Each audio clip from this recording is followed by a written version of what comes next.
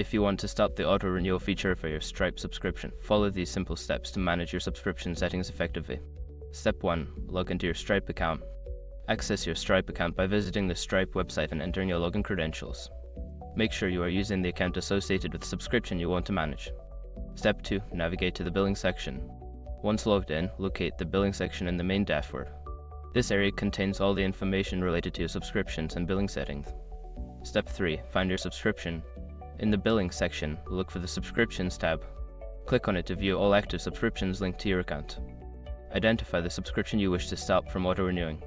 Step 4. Edit subscription settings. Select the subscription you want to modify. In the subscription details, look for an option related to auto-renewal or renewal settings. Click on it to access the settings. Step 5. Disable auto-renewal. In auto-renewal settings, you should see an option to disable or turn off auto-renewal. Select this option and confirm your choice to ensure that the subscription will not automatically renew. By following these steps, you can successfully stop the auto-renewal of your Stripe subscription. If you have any further questions, consider reaching out to Stripe support for assistance.